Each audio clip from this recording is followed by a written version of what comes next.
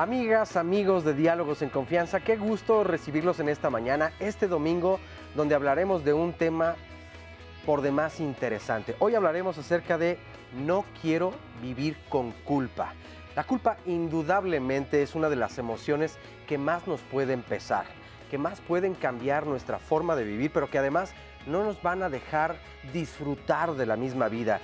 Y lo más probable es que también nosotros estemos afectando a nuestro entorno. Entonces, ¿cómo podemos trabajar con la culpa? ¿Será que todas las personas vivimos más o menos con las mismas culpas o nos afectan de la misma forma? Bueno, pues eso lo vamos a descubrir hoy a lo largo de este programa. Sandy, ¿cómo estás? Muy buenos días. Muy bien, Oscar. Contenta de estar con todos ustedes, de tratar este tema tan importante. Se me ocurre una pregunta, ¿será que la culpa tiene una función en nuestra vida? ¿Tiene algo por lo que estar? Y qué tanto, si nos vamos al extremo de sentirnos culpables todo el tiempo o victimizarnos, también qué tanto ya podemos disfuncionar. De esto me gustaría también que nos acompañen y nos compartan su testimonio para poder ampliarlo con nuestros invitados especialistas. Con esto comenzamos. Todos en algún momento nos hemos sentido culpables por cosas que hemos originado o causado. Pero, ¿y si no estamos en lo cierto? ¿Y si la culpa que sentimos resulta equívoca? La culpa es una de las emociones que más nos desgasta y daña de manera importante nuestra autoestima. Surge cuando pensamos que hicimos algo malo o cuando creemos que deberíamos haber hecho algo y no lo realizamos. Bueno, pues para escuchar de la voz de nuestra y nuestro experto, pues déjenme presentarles a nuestros especialistas. Hoy nos acompaña Abigail de Ávila Cortés. Ella es psicóloga clínica y terapeuta cognitivo-conductual con maestría en psicoterapia integrativa, académica de la Universidad Anáhuac de México. ¿Cómo estás, Abigail? Bienvenida. ¿Qué tal? Buenos días, mucho gusto. Muchas Muy gracias. buen día, igualmente, Bienvenida. encantados. Flavio Jesús Larrañaga Huerta, especialista en desarrollo humano, integrante del Centro de Intervención en Crisis. Flavio, ¿cómo estás? Muy buenos días. Buenos días, muchas gracias por la invitación. Bienvenidos. Oigan, pues para abrir un poco justamente el tema, creo que estaría bueno comenzar por definir qué es la culpa o cómo interpretamos en esta época la culpa, porque supongo que también tendrá que ver desde luego, la época en la que vivimos, cómo se ha tratado o socialmente cómo se aplica también la culpa, ¿no? Sí. ¿Quién quiera comenzar? Yo creo que esta culpa que sentimos es un sentimiento que la mayoría de las personas en algún momento de nuestra vida hemos sentido. Obviamente no nos gusta sentirlas, ¿no? Pero es ese sentimiento por algo que hicimos o que incluso no hicimos, ¿no? Por algo que dejamos de hacer, y a partir de eso aplicamos pues un juicio moral sobre nuestra conducta, sobre nuestro comportamiento, ¿no? Decimos en consulta nosotros que la culpa se forma en dos partes.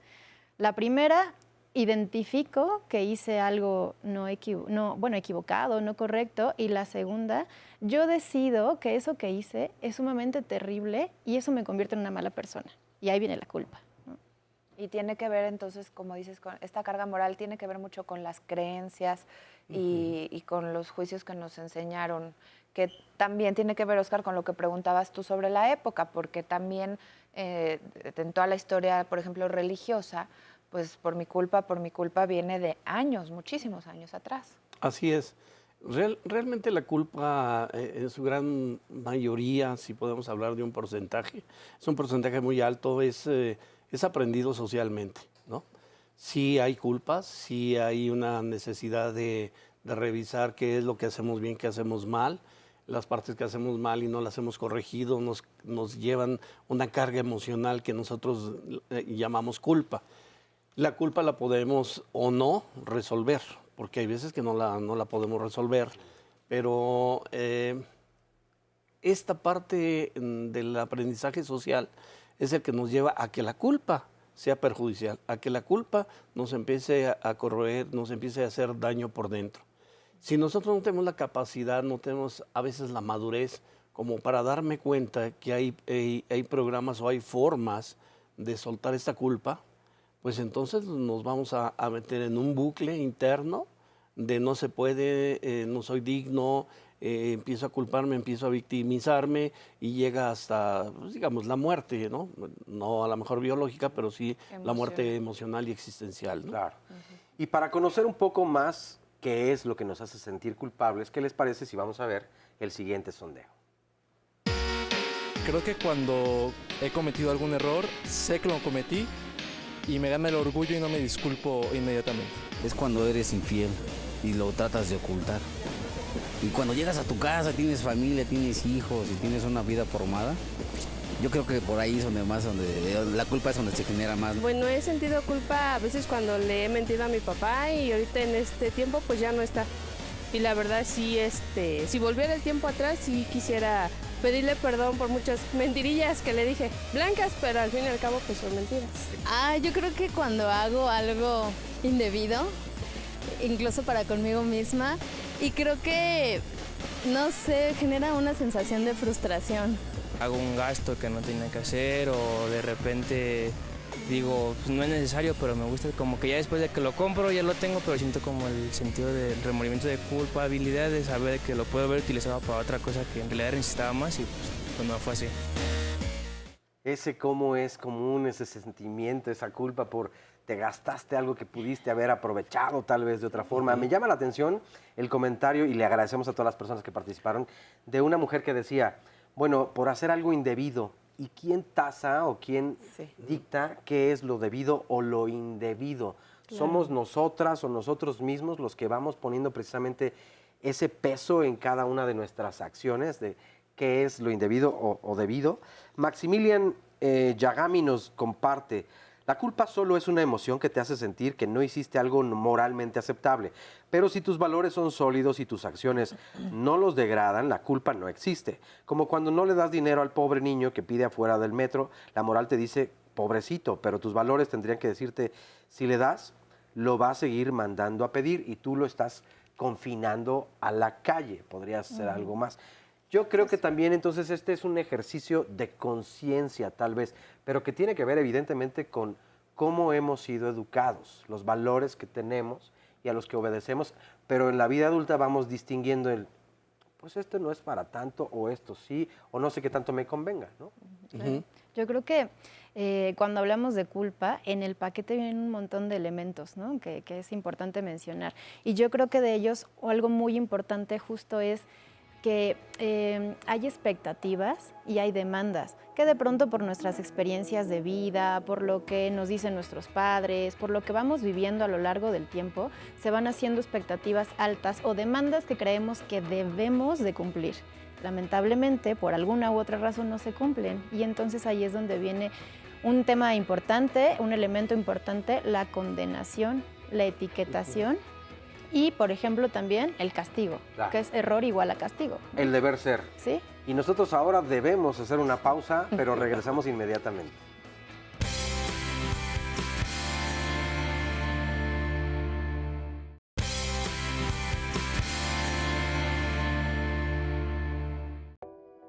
El sentimiento de culpa puede definirse como una percepción de que se ha hecho, dicho, pensado o sentido algo que resulta censurable a la luz de un determinado sistema de valores. La culpa conduce al reproche y a la desvalorización de uno mismo. Se puede decir que lleva a las personas a convertirse en su propio enemigo y que da lugar a un pequeño infierno en donde el culposo termina inmolándose a sí mismo. ¿Y de dónde entonces surge la culpa? ¿Dónde se origina? Ya hablábamos de lo que nos educan, de lo que nos enseñan, de la forma como nos educan, de los valores. Pero ¿por qué podríamos decir que en una misma familia en donde se pusieron las mismas reglas, donde se habló de los mismos principios y valores, con tanto hablado como con el ejemplo, uno de los hijos, por mencionar un ejemplo, siente más culpa ante una misma situación y el otro no? ¿Eso a qué se debe? Y también nos llevaría a reflexionar entre la parte que sí es positiva de la culpa y donde ya no tiene una función positiva. Así es. Mira, aquí viene una parte muy importante desde un autor, donde dice que la culpa no es una emoción, la culpa es una respuesta, y ni siquiera la emoción, es una respuesta a un sentimiento. Y la culpa tiene un grado de responsabilidad. La responsabilidad, ya se ha dicho muchas veces, quiere decir cómo respondo o la habilidad a responder. Entonces, algunos de nosotros tenemos una resiliencia mayor que otros. Entonces, tenemos la posibilidad de esas creencias, esos valores, esa escala de valores, poder retomarla y hacernos responsables más rápidamente que los demás. Si los demás tardan en responder hábilmente a esta culpa, pues se van a ir tardando más y más, se los van a ir comiendo, tragando, y entonces va a ir explotando, ¿no?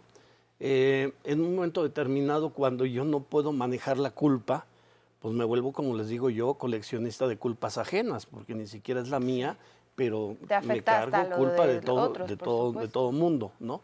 Llega un momento en que reviento, y ese reventar es, pues yo no soy digno, yo no soy capaz, yo no soy quien debe, etcétera, etcétera. La culpa es la respuesta a un estado emocional de no saber qué hacer, la impotencia, ¿sí? Parte de una emoción que puede ser tanto el miedo como puede ser la tristeza. Y si yo no puedo resolver estas dos, se convierten en algo que no puedo manejar, se vuelve algo que sale de mis manos, y por lo tanto me siento yo en la necesidad de flagelarme por no haber podido resolver las demás cosas. Que tiene que ver con la frustración también. La frustración. Tal vez cambiaría si tuviéramos la oportunidad de resarcir el daño. Aquí te voy a interrumpir tantito porque hay una pregunta importante que le hicimos al público que tiene que ver con una variante. Tú decías que podemos sentirnos culpables no nada más de lo que hacemos, sino también de lo que no hicimos o dejamos de hacer. Y justamente esto es la pregunta que dejamos a la gente que nos hace favor de respondernos, y que también invitamos en el público que nos vea que la respondan. ¿Se han sentido culpables de algo que no han hecho? Más que nada en la familia, cuando pues se tiene que dar como, no sé, como que entre los hermanos o entre mis padres, pues yo tengo que abogar por uno de ellos y por algo que realmente yo no hice al final. Pues una vez mi papá atropelló a un perrito y entonces pues sí me sentí súper mal, y mi papá solamente dijo que pues había muchos perritos más y pues me sentí mal. Andábamos en una fiesta y un amigo golpeó a otro amigo, y creo que fue derivado por mi culpa, como que estaban en contra, y después de que lo golpearon sí me sentí muy mal. Nuestro jardinero se cayó. Yo vivo en una unidad habitacional y soy del comité de vigilancia. Entonces, lo que yo siento de culpa es que no me preocupé por ver que el material y las escaleras donde él trabaja estuvieran en óptimas condiciones para que él pueda trabajar de forma segura. Entonces, directamente no es mi culpa, pero yo me siento responsable de su accidente. Fíjate, muchas gracias por compartirnos ella y todas las demás personas. Sumado a estos comentarios, nos dice Aiko Rodríguez: nunca debemos arrepentirnos de nuestras decisiones, mucho menos de sentirnos culpables por ellas. Lo hecho está. Lo que pasa es que el sentimiento a veces pues no se puede controlar tan fácil. A lo mejor en la cabeza podemos decir, no fue mi responsabilidad, yo no pude haber hecho otra cosa distinta a la que hice, pero se siente, como el testimonio de la señora, algo que duele.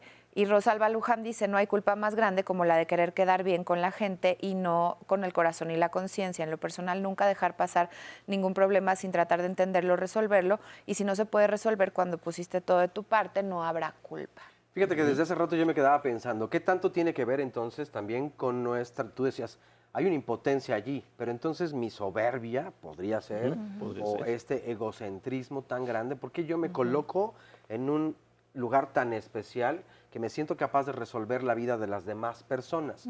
Entonces, creo que combina perfecto con lo que decíamos desde un principio. ¿Qué tanto en verdad sí es mi culpa, o yo me cargo esas culpas ajenas que no me van a dejar evidentemente desarrollarme de una forma pues más ligera y liviana? Yo creo que pasan dos explicaciones, dos aspectos. Hay a lo mejor justo cosas que hiciste y que no hiciste y es tu responsabilidad, ¿no? Y hay cosas a lo mejor que justo tú empiezas sin aplicar ningún filtro a creer de lo que te dicen. Es que tú hiciste esto mal, es que tú eres una mala persona, es que yo hice esto porque tú me orillaste. Esa famosa como culpa injusta que vamos como desplazando a los otros, que para nosotros es muy fácil desplazarla porque nos quita responsabilidad y nos excusa, ¿no? Y lamentablemente uno empieza a pensar, porque esto pasa con la culpa, son pensamientos repetitivos, yo digo que taladran nuestra cabeza, ¿no? De, y si lo hice bien, si lo hice mal, pero ¿por qué no hablé? ¿Pero por qué no dije? Y al final de cuentas, entonces nos evaluamos como una mala persona. Yo siempre digo, no es lo mismo decir, yo soy una mala persona cuando actúo mal, a decir, yo actué mal, soy una persona que actué mal. ¿No? En ese es momento. diferente, claro, exacto. Ante una circunstancia, no es una condición general que vaya y que vaya a lastimar mi autoestima. Exactamente. No evalúa la totalidad de tu persona. Pero ¿y cómo se va definiendo la personalidad? Porque me parece muy interesante lo que decía Sandy en el bloque anterior. Si la educación la reciben aparentemente de forma igual las hijas y los hijos, ¿cómo es que algunos entonces sí cargan todas estas culpas y otros que en este proceso como de negación, no, yo no soy culpable, tú me hiciste responsable de esto? Sí, hay dos situaciones. Una de ellas, la culpa proviene de algo que yo sé que va a perjudicar a los demás y lo hago. Ahí sí soy culpable. Hay veces que no me doy cuenta que va a suceder algo y sucede. ¿Sí? Bailando, yo puedo estar bailando y veo a alguien que se me acerca, y ay, ahorita que llegue, estoy bailando rock y ahorita que llegue, ¡pum!, le doy el codazo porque quiero dárselo. Ahí soy culpable. Pero si estoy bailando rock y doy la vuelta y pego a la otra persona, no soy culpable, soy responsable. A final de cuentas, las dos tengo que hacerme responsable de resolverlo. Nos alcanzó el corte, pero nos quedamos con esto porque hay dos opciones, apenas llevamos una. Exactamente.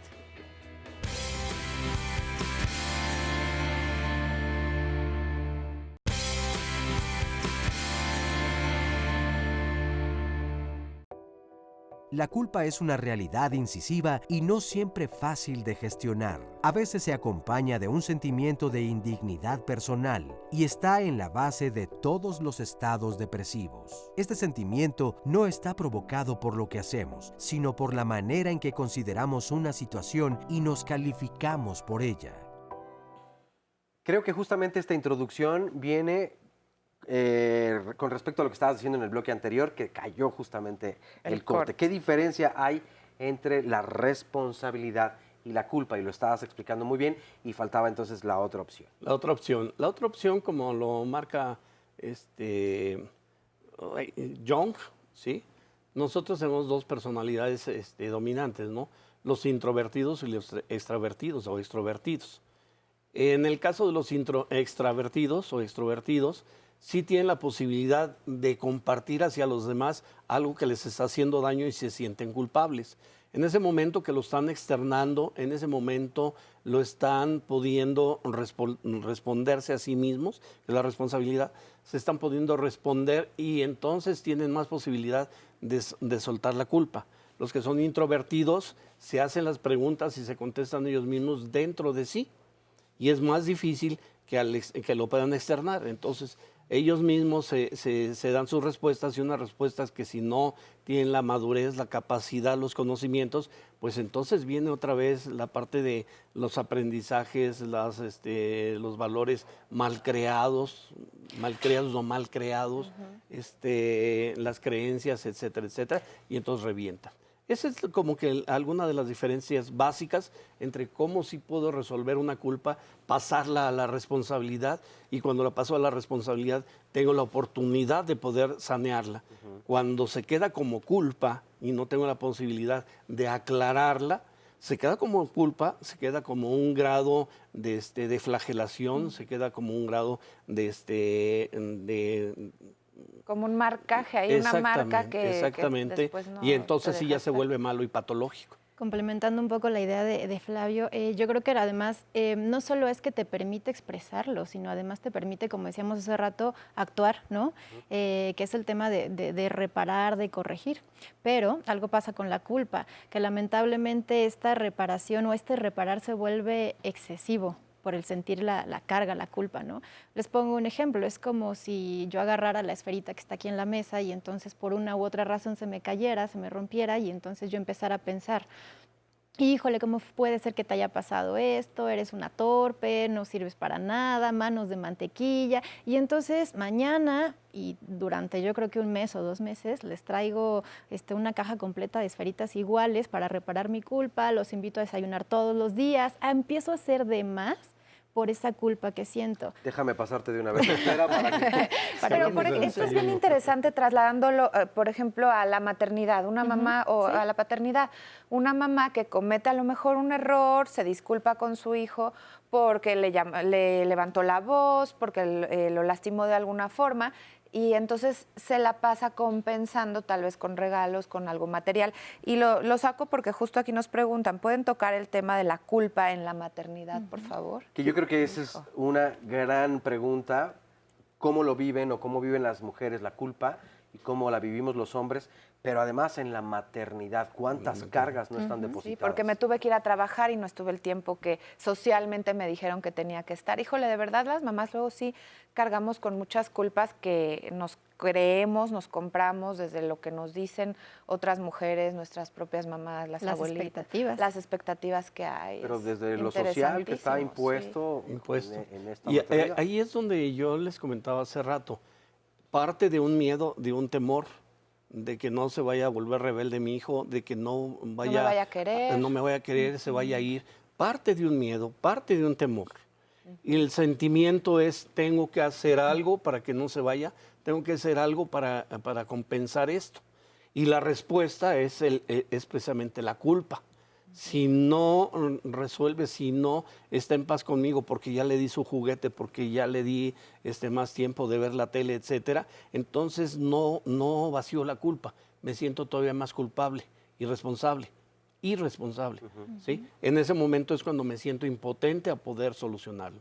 Lo que pasa de la culpa, nosotros necesitamos darnos cuenta que una vez que nosotros podemos sanearlo, en ese momento necesitamos sentir que sí tuvimos culpa, que sí pudimos sanearlo, que si de la otra parte no se dio, ya no es correspondencia mía, es correspondencia de la otra persona.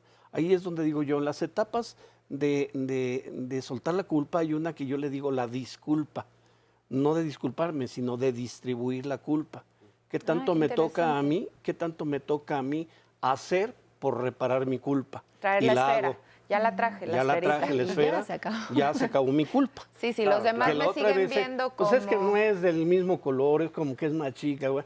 Ya no es mi culpa, ya es de la otra persona resolver. Disculpa, qué interesante. Y es que además suena muy grave el querer tragarse toda la culpa uno solo. Yo creo que sí hay una corresponsabilidad, porque es un acto en donde no solamente participo yo.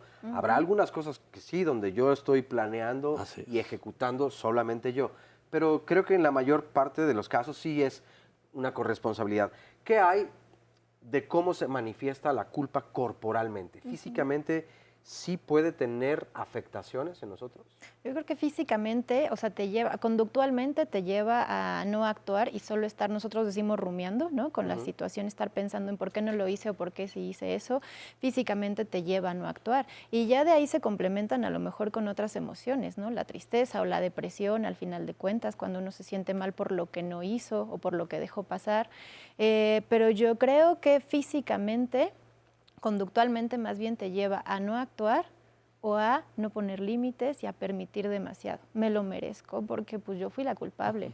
Yo acepto lo que tú me digas. Pero podemos irnos enfermando físicamente, o sea, sí hay como una actitud corporal que adoptan las personas que sienten o sentimos esta culpa. Sí, desde la parte psicofisioterapéuticamente, sí, nos damos cuenta de ver le llaman ellos, la geografía corporal. Cuando hay mucha culpa, hay un encogimiento de los hombros y hay una encorvamiento, ¿sí? La cara se vuelve, las comisuras de la parte superior se vuelven permanentes, no nada más cuando las acciono, se vuelven permanentes. Estoy viendo hacia el piso y estoy viendo con la cara agachada del lado izquierdo hacia el lado derecho, que son el contacto de las emociones. ¿Sí? Entonces vemos a las personas en ese sentido. Tú las ves inmediatamente y dices, esta persona está cargando algo que no debe de estar cargando. En este caso la culpa o algunas otras responsabilidades que no son de ella. Entonces empezamos a ver por ahí. Ya si aparte vemos en el momento que camina y nos damos cuenta cómo está gastando las suelas de los zapatos, los tacones, pues nos podemos dar cuenta. Fíjate, literal, Claro, como sí si es. trajeras una piedra Sí, sí, es encima una y piedra. pesan más Es un tus peso. suelas y todo. Exactamente. Y si es hacia la parte... Al Sí, del vamos, corte, caray. ahora sí que con la culpa, pero vamos a hacer una pausa y regresamos a escuchar a Mahoma. Y con la pena y la culpa. La culpa es algo que usted hizo y tiene miedo que los demás se enteren. Mahoma, fundador del Islam.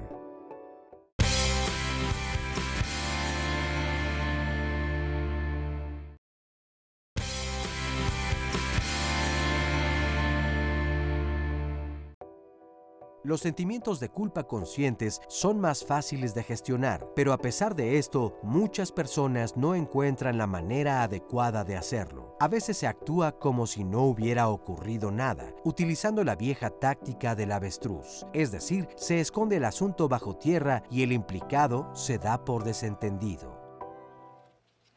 Así es, como escuchábamos y también como hemos escuchado a lo largo del programa, la culpa tiene muchas variables, tiene que ver con cómo nos educaron, tiene que ver con la situación actual de lo que sucedió, de los hechos en sí. Y un ejemplo que nos podría dar para seguir platicando lo que mencionábamos sobre cómo vamos cargando y cómo nos puede lastimar en muchas áreas de nuestra vida, incluso la salud. Luzma nos dice, ¿qué pasa con la culpa cuando algún familiar cercano fallece y no logras despedirte o arreglar situaciones familiares pendientes? Ahí sí, bueno, la persona ya no está como para remediar alguna situación, pero también hay técnicas a través de la terapia que nos pueden ayudar. ¿Cómo podría ser? ¿Qué respuesta le daría? A esto se le llama la culpa del sobreviviente.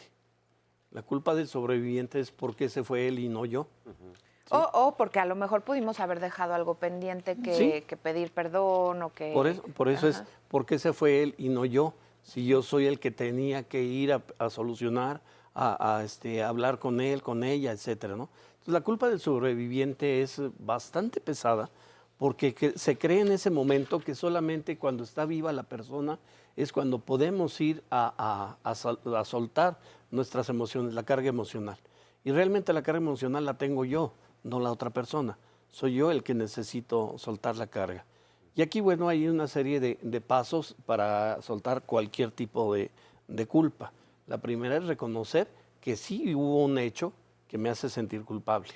La segunda, reconocer que sí me siento culpable y poder ponerle en la estación en el cuerpo donde me hace sentir más fuerte esta culpa, en el estómago, en los hombros, en la mandíbula, ¿dónde? O no puedo caminar.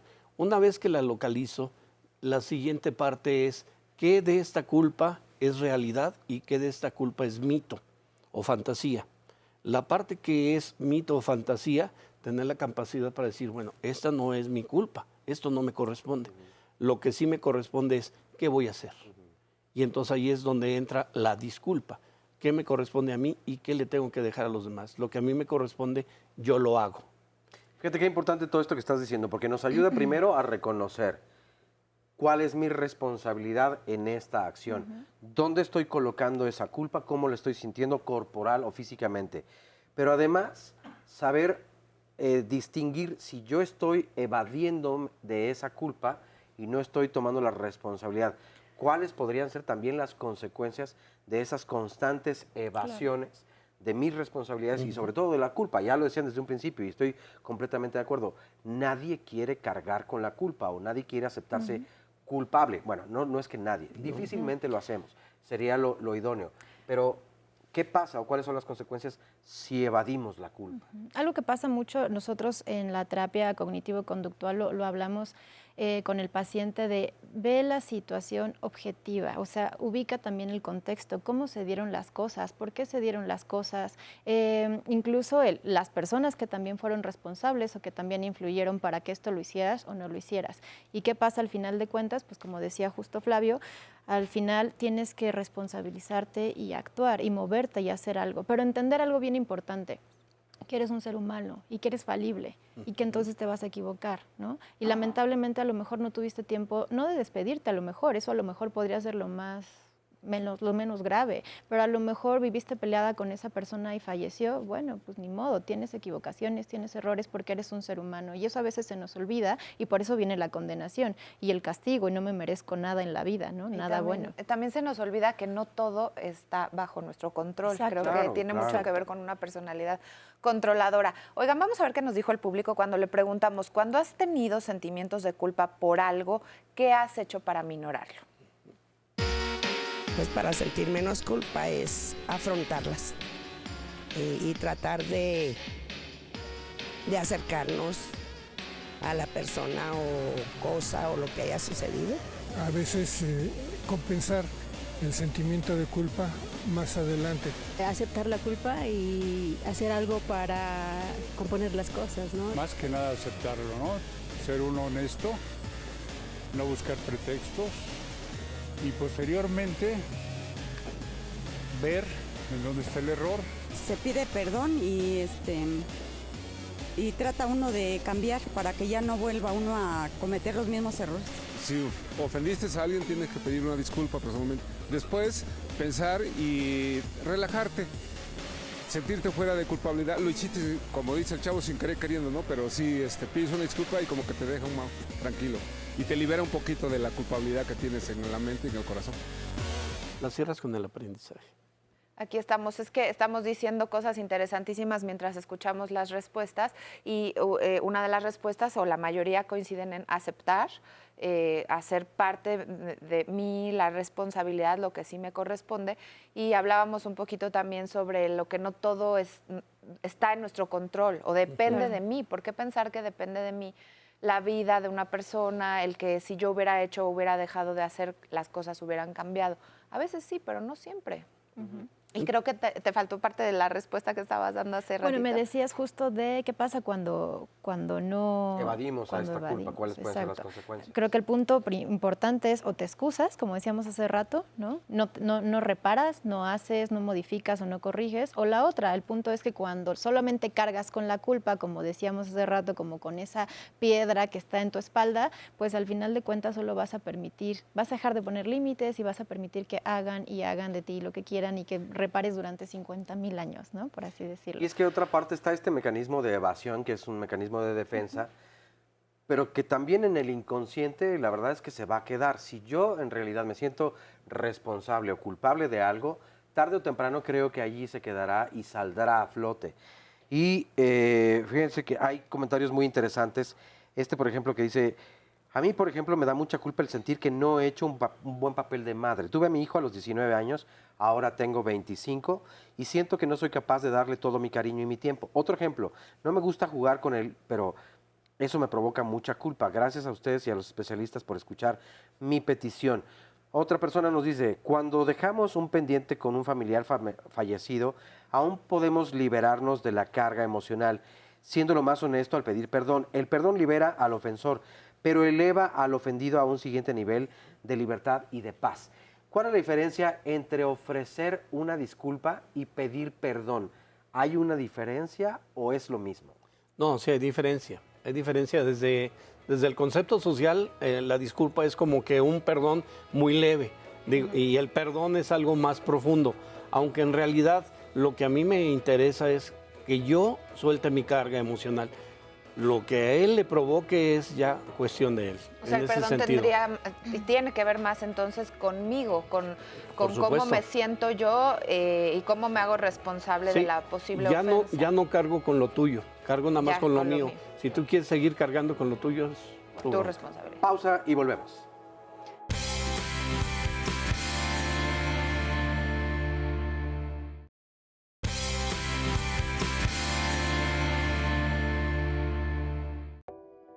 La única manera sana de superar un sentimiento de culpa consciente es asumir las consecuencias de los hechos, admitir que se procedió mal ante quien haya salido afectado y buscar los mecanismos materiales y simbólicos para reparar hasta donde sea posible los daños causados. No basta con una excusa de paso ni con una invitación a pasar la página.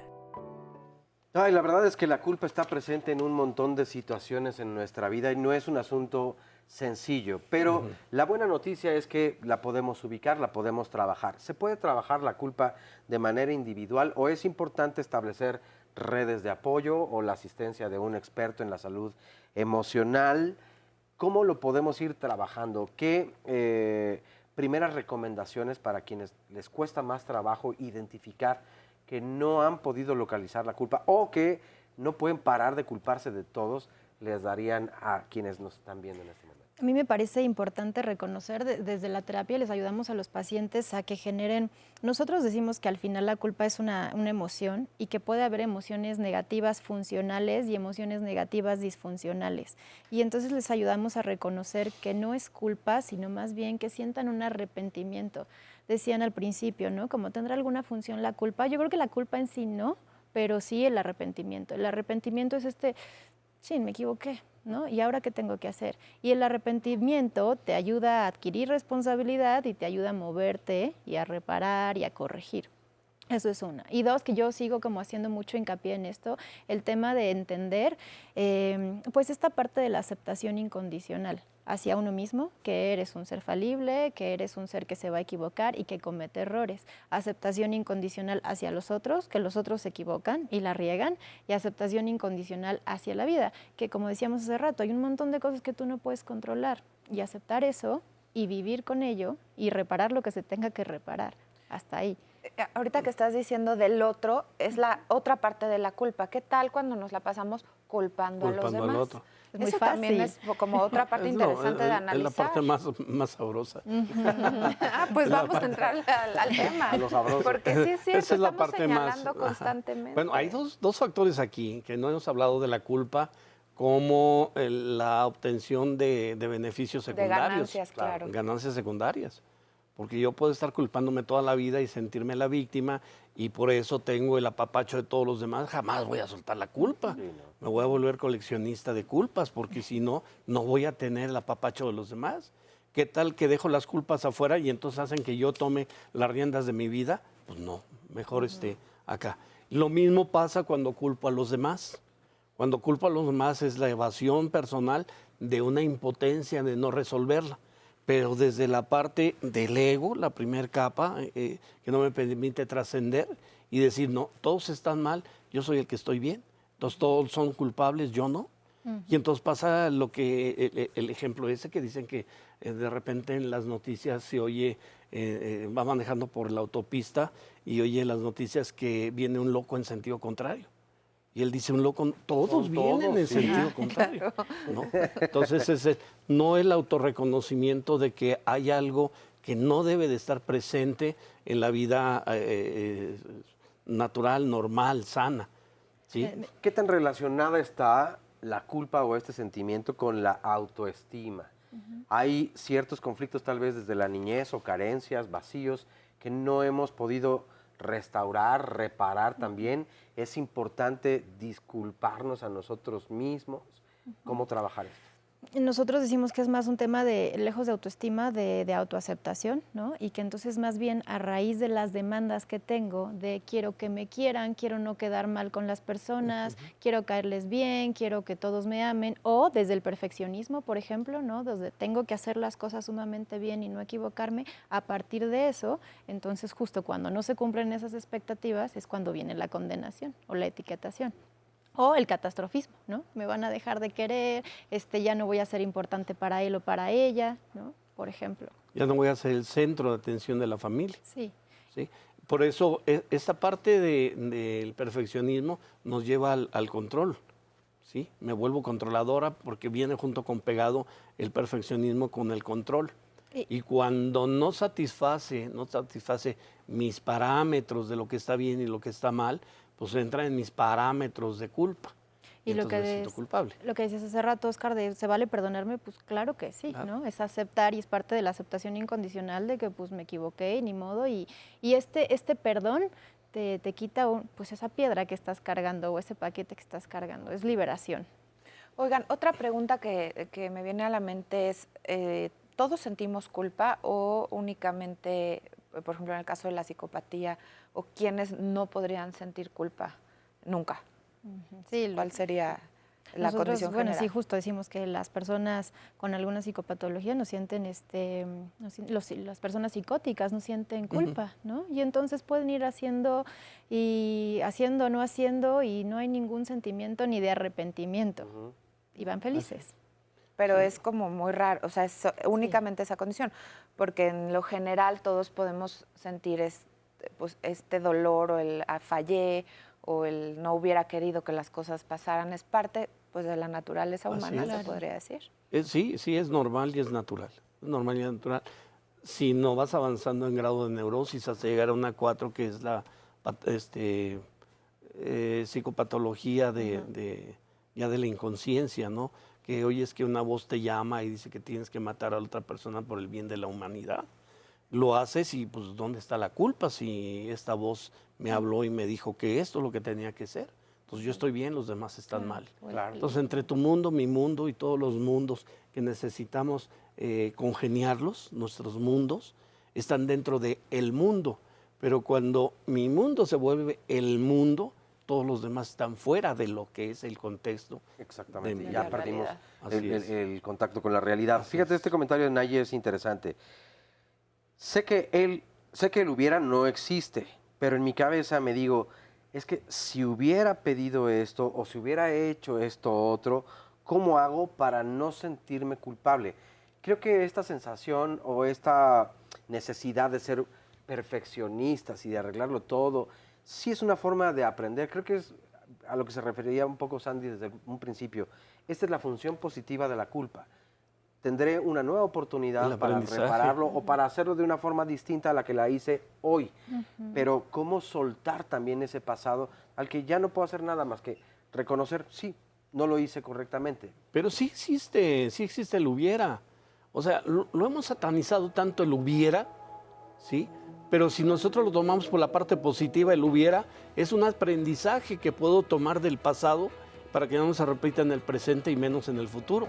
Si lo dejamos como el hubiera, ya no se puede hacer nada, nos quedamos con las ganas de un aprendizaje, perdemos la oportunidad de aprender de aquello con los recursos que tengo hoy. Hay un ejercicio en PNL donde con tus recursos vas a esa parte, los aplicas y regresas al futuro, al presente, para aplicarlo en el futuro. Ahorita nos explicas un poquito más en qué consiste esto, regresando al corte. Ninguna culpa se olvida mientras la conciencia lo recuerde. Stefan Zweig, escritor y activista social austriaco.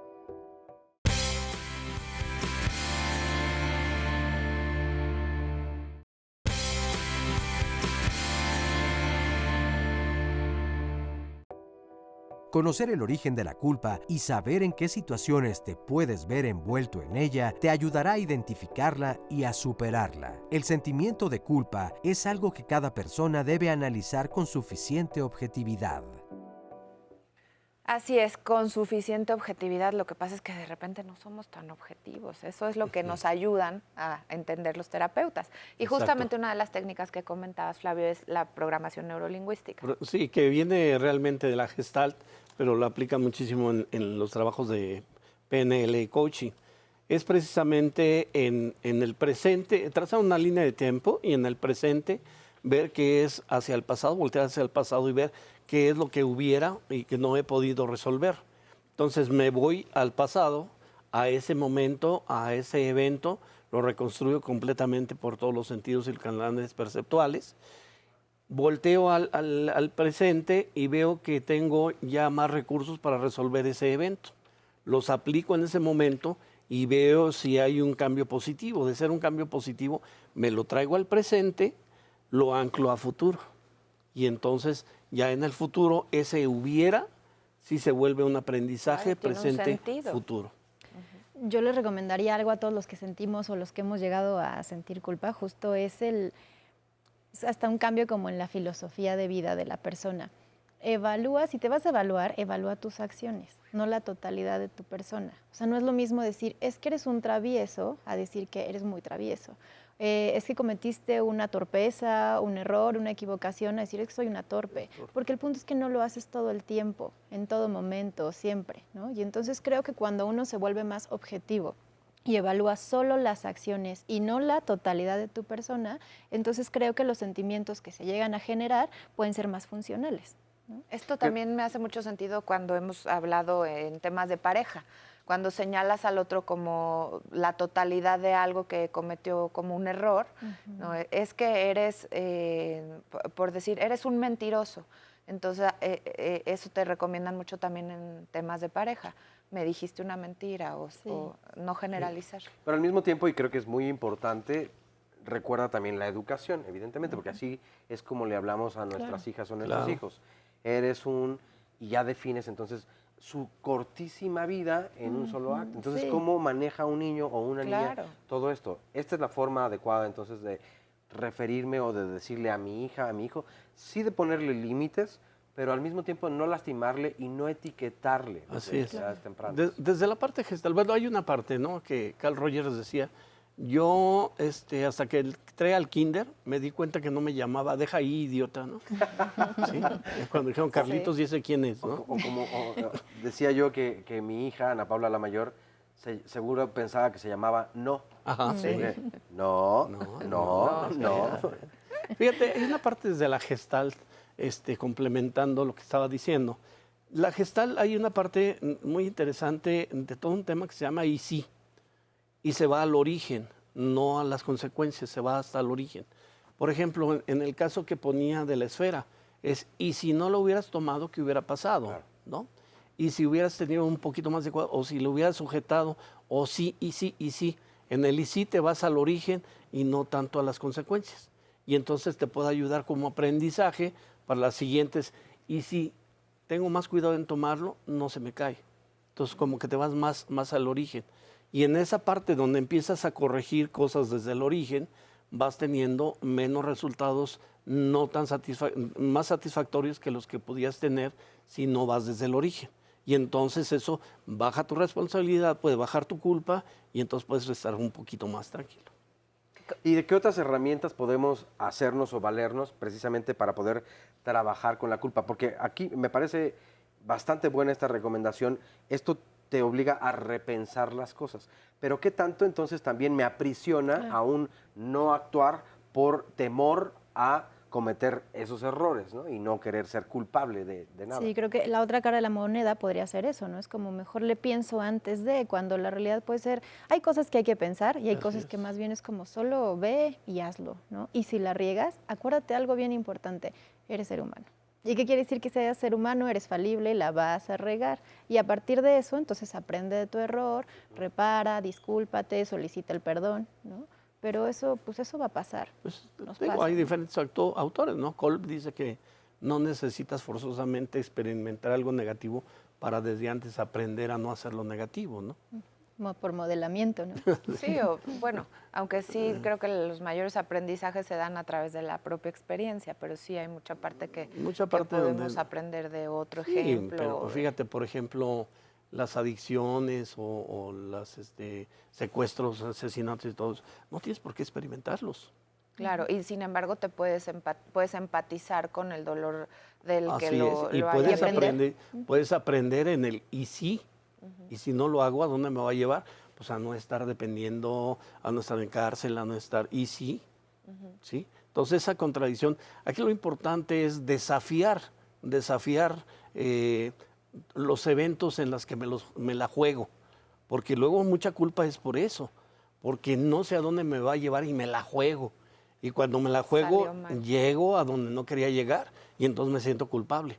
Entonces si desafío y si no me la juego, y si mejor me espero, y si mejor voy y tengo la información concreta y entonces sí decido para acá o para acá, entonces sí tengo, ahí sí entra la imperfección del ser humano. Dije, aquí llega mal, aquí llega bien, me voy por el bien y falló.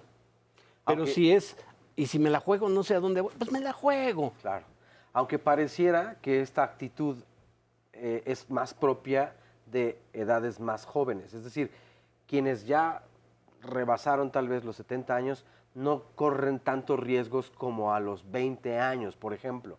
Y no porque se hable de una irresponsabilidad, pero como tomar en cuenta esta intuición, escuchar a nuestro cuerpo y a nuestra alma y decir, de acuerdo, me la voy a jugar, ¿Por qué? Porque tengo el tiempo como para experimentar. Voy a tener una segunda vuelta o tercera.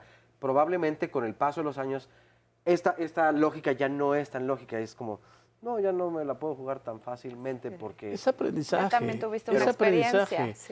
Sí hay mucho el ímpetu de la juventud, sí hay mucho el ímpetu.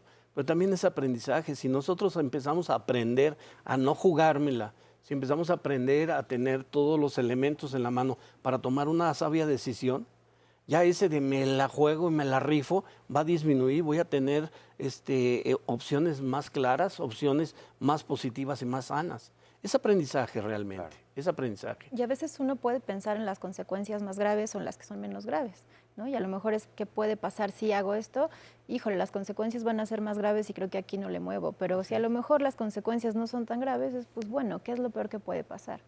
Sí, ir aprendiendo a evaluar y tiene mucho que ver ahí, pues, o sea, el prevenir la culpa, ¿no? Como de, bueno, si esto me va a generar a la larga, mi acción me va a generar una culpa o me voy a arrepentir, porque también pues tenemos nuestros propios códigos y nuestros valores, pues ahí ya también tomar la decisión adecuada a lo que soy, a lo que creo, a mis convicciones. Claro. Oigan, pues queremos agradecerles profundamente, ya se nos termina el programa. Lamentablemente quisiéramos estar mucho más tiempo, pero les agradecemos también a ustedes que nos permiten entrar hasta sus hogares, desde luego, y llevarles este programa de Diálogos de Domingo. Gracias, nos vemos, hay diálogos diario, toda la semana. Gracias. Bye.